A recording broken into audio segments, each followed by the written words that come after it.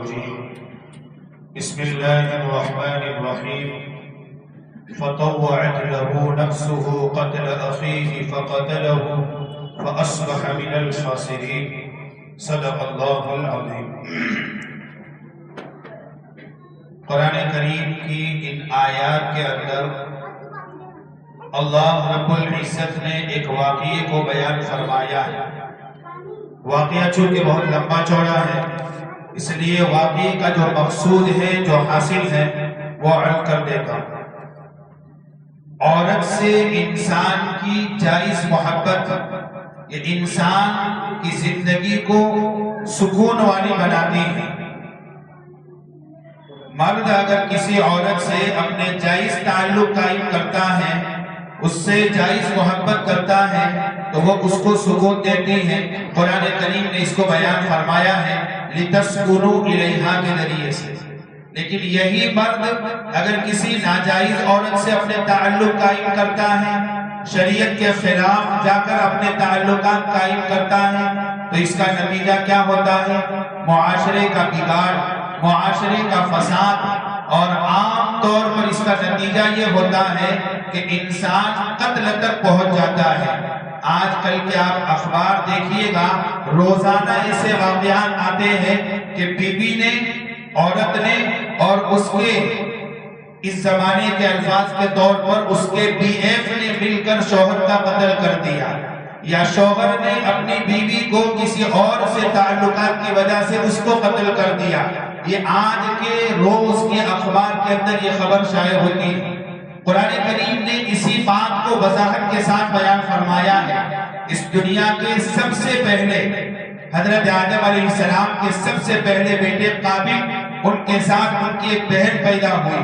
دوسرے نمبر پر حابل پیدا ہوئے، ان کے ساتھ ان کی بہن پیدا ہوئی۔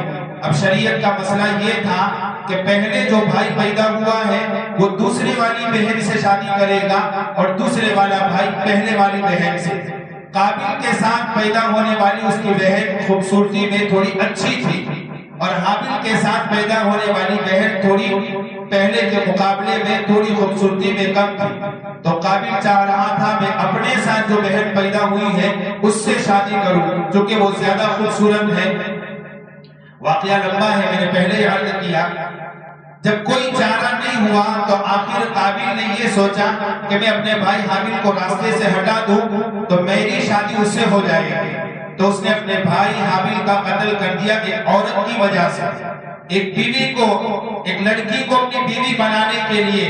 نتیجہ کیا ہوا؟ نہ ادھر کا رہا نہ ادھر کا۔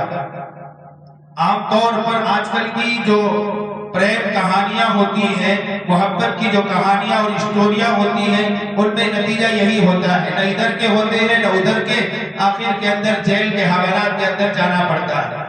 اس لیے اس طریقے کے ناجائز تعلقات سے اپنے آپ کو بچائے۔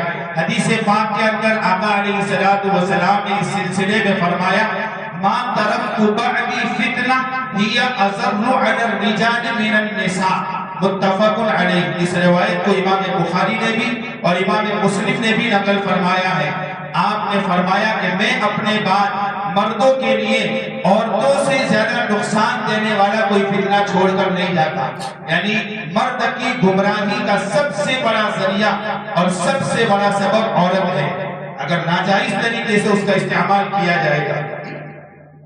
مسئلے کے تعلق سے عرض کر دوں، عام طور پر مسجدوں کے باہر مانگنے والے آتے ہیں، ہم اپنی زکوٰۃ کے پیسے، صدقات کے پیسے، خیرات کے پیسے ان کو تھما دیتے ہیں۔ صدقات اور خیرات تک تو ٹھیک ہے، اگر آپ نے اپنی زکوٰۃ کے پیسے ان کو دیے ہیں تو یہ لکھ لیجیے آپ کی زکوٰۃ ادا نہیں ہوئی۔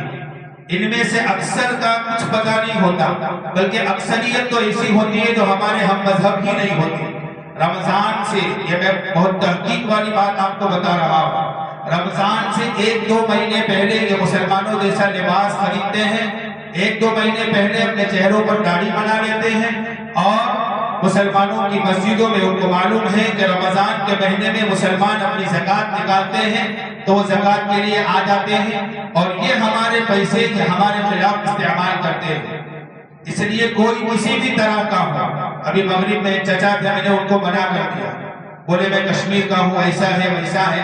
کشمیر کے محقق علماء جو پورے کشمیر پر ان کی نظر ہے، ان کے خط رمضان سے پہلے شائع ہوئے، میرے پاس موجود ہیں۔ لوگوں نے شکایت کی ان سے کہ کشمیر میں کتنی غربت ہے کہ لوگ اپنی عورتوں کو لے کر، اپنی مستورات کو لے کر جو ہے در در کی ٹھوکریں کھا رہے بھیک مانگنے کے لیے۔ تو انہوں نے صاف لفظوں میں لکھا ہے کہ یہ سارے کے سارے پیشاور فقیر ہیں، ان کا دھندا ہے۔ جتنے بھی فقیر آتے ہیں وہ ہائی فائی بلڈنگوں میں رہنے والے، اچھی اچھی گاڑیوں میں گھومنے والے لوگ ہیں، اس لیے ہرگز ان کو اپنی زکوٰۃ خیرات کے پیسے نہ دیے جائیں۔ اگر کوئی یہ کہہ رہا ہے کہ میں واقعتاً مجبور ہوں تو ہم سے ان کا رابطہ کرا دیا جائے، ان کی ہر ضرورت ہم پوری کریں گے۔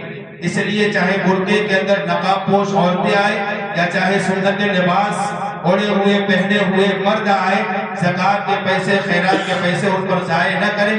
تحقیق کریں، اپنے محلے کے اندر کئی ایسے غریب ہیں جو حقیقی مستحق ہیں، لیکن وہ شرم کے مارے اپنی عزت کو بچانے کے لیے ہم سے کبھی سوال نہیں کرتے۔ ان کا حق ہے، ان کی تحقیق کرے، ان کی خبر گیری کرے اور ان تک اپنی زکوٰۃ صدقات خیرات کو پہنچائے۔